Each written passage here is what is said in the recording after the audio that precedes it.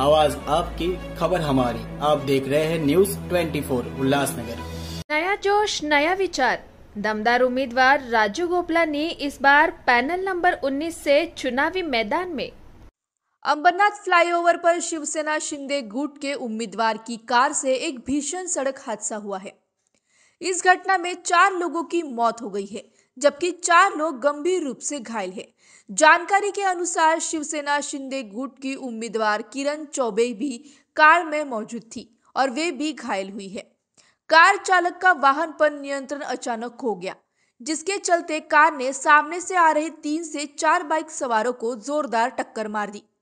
हादसे में अंबरनाथ पालिका कर्मचारी शैलेश जाधव, चंद्रकांत अनर्थे, कार चालक और एक अन्य व्यक्ति की मौत हो गई। स्थानीय नागरिकों का आरोप है कि पालिका की मुख्य इमारत पश्चिम में होने के बावजूद टाउन प्लानिंग कार्यालय अभी भी पूर्व में चलाया जा रहा है। उसी कार्यालय को बंद करवाने के लिए कुछ कर्मचारी गए थे और उसी दौरान यह हादसा हुआ। लोगों का कहना है कि ठेकेदारों की लापरवाही के कारण कर्मचारियों की जान गई है। घटना के बाद मृतकों और घायलों को उल्लासनगर के मध्यवर्ती अस्पताल में भर्ती कराया गया, जहां शिवसेना शिंदे गुट के विधायक बालाजी किनीकर ने पहुंचकर परिजनों से मुलाकात की और स्थिति की जानकारी ली। आज अंबरनाथमध्ये अपघात झालेला आहे, त्यामध्ये 4 लोकांचा डेथ घोषित झालेली आहे आणि 2 जण ॲडमिट आहेत। एक प्रायव्हेटमध्ये आहे, एक सेंट्रल हॉस्पिटलमध्ये आणि एक कळव्याला शिफ्ट करण्यात आलेला आहे। झालेली घटना ही खूप दुर्दैवी आहे आणि त्यांचा तपास पोलीस यंत्रणेच्या माध्यमातून करत आहेत। 2 जण ऑन ड्युटी कर्मचारी आहेत नगरपालिकेचे आणि 2 जण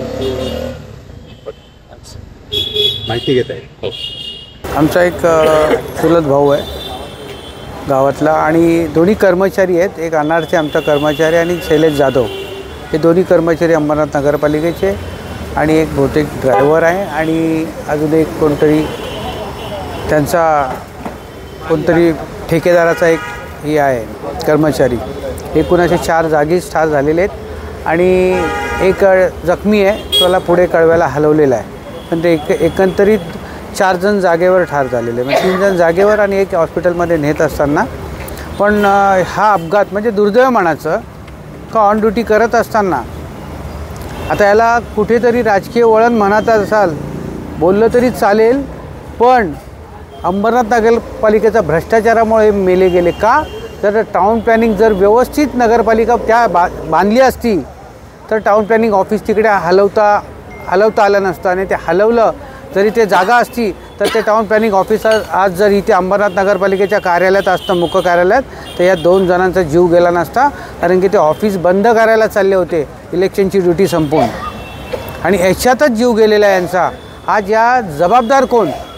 कारण की ही गेली असं वाटतं का मोठा ताजमहल बांधायला लावले अंबरनाथला, गेली 8 का 7 वर्ष तो नगरपालिकेचं कार्यालय बांधतायत, पण त्यांना ते लोकांचे 18 माळ्याचे टावर झाले पण यांचे 4 माळ्याचे टावर होत नाहीत आणि त्याच्यामुळं ते कार्यालय तिथे स्थापन करता आलं नाही आणि तो कार्यालय बाहेर असल्यामुळे कर्मचारी ऑन ड्युटी करून स्वतःचं कार्यालय बंद करायला जात असताना वारलेले आहेत। याला हीच ठेकेदारी जबाबदार आहे। दादा, असंही म्हटलं जातं आहे की या कारमध्ये शिवसेना शिंदे गटाच्या उमेदवार होत्या आणि त्यांना देखील मार लागला आणि त्यांचा जो ड्रायव्हर होता तो मृत झाला, खरी आहे काही माहिती? हो, खरी आहे, पण आता दुर्दैव ते कोणी असा अपघात करत नाही आहेत, पण आता तो झाला अपघात, त्याला कोण बोलू शकत नाही। पण आपल्या कर्मचाऱ्यांचा दुर्दैवी मृत्यू फक्त या ऑफिस बाहेर असताना नवीन नगरपालिका बांधली, मग हे कार्यालय बाहेर का ठेवलं गेलं? फक्त भ्रष्टाचाराचं कुरण खायला। ते ऑफिस जर कार्यालयात सामावून घेतलं असतं तर हे कर्मचारी ऑन ड्युटी तिथे गेले नसते कार्यालय बंद करायला। एक मुख्य कार्यालय असताना दुसरं साईड कार्यालय हे म्हणजे महाराष्ट्रातलं देखणं दिवं आहे, कारण की एक पूर्ण कार्यालय इथे असताना टाउन प्लॅनिंग बाहेर का? तर काय कर्मचाऱ्यांची नावं आहेत तुम्हाला कळाली? एक शैलेश जाधव आणि एक चंद्रकांत अनारथे, चांगले कर्मचारी ज्यांचा संपूर्ण नगरपालिकेत आणि अंबरनाथ शहरात हळहळ व्यक्त केली जाते आहे आणि पुन्हा कुठेतरी ठेकेदाराचा जास्त लाड पुरवण्यामध्ये ह्या दोघांचा जीव गेलेला आहे। शिवसेनेच्या कोण उमेदवार होत्या, काही नाव तुम्हाला? आपले प्रमोद कुमार चौबे यांच्या मिसेस आणि त्यांचा ड्रायव्हर होता। ड्रायव्हरचे दुर्दैव कोणी अपघात झाला असेल, कोणाचाही अपघात स्वतःहून कधीच कोण करत नाही, अपघात होतो, झाला असेल कुठलाही, मला वाटतं कुठल्या जर्गिंग झाली, तो ब्रिजवर काहीतरी डांबरीकरण नसल्यामुळं गॅप पडल्यामुळं तो त्याचा तोल गेला आणि ॲक्सिलेटरवर पाय लागून तो एकदम स्पीडने गेला असेल, पण त्या ड्रायव्हरचा पण त्याच्यात दुर्दैवी अंत झालेला आहे. याला म्हणजे कोणाला दोष देता येणार नाही, पण हे कर्मचारी तिथे जाण्याला आपले ठेकेदार जबाबदार आहेत आणि हे जे असतील कोण आहे जे मागचे सूत्रधार हेच जबाबदार आहेत याला. म्हणजे एवढी मोठी पालिका बांधून सुद्धा अजून टाउन प्लॅनिंगचं ऑफिस तिकडे शिफ्ट केलं गेलं नाही, त्याच्यामुळे सगळं झालं हे सरळ सरळ दिसतंय. जर तुम्ही 54 कोटीचं ते 54 कोटी ते 70 कोटीचं कार्यालय बांधलं आहे 4 माळ्याचं, त्याची किंमत जर स्क्वेअर फीटमध्ये मोजली तर 30,000 रुपये ते 36,000 रुपये स्क्वेअर फीटनी बांधकाम केलं आहे.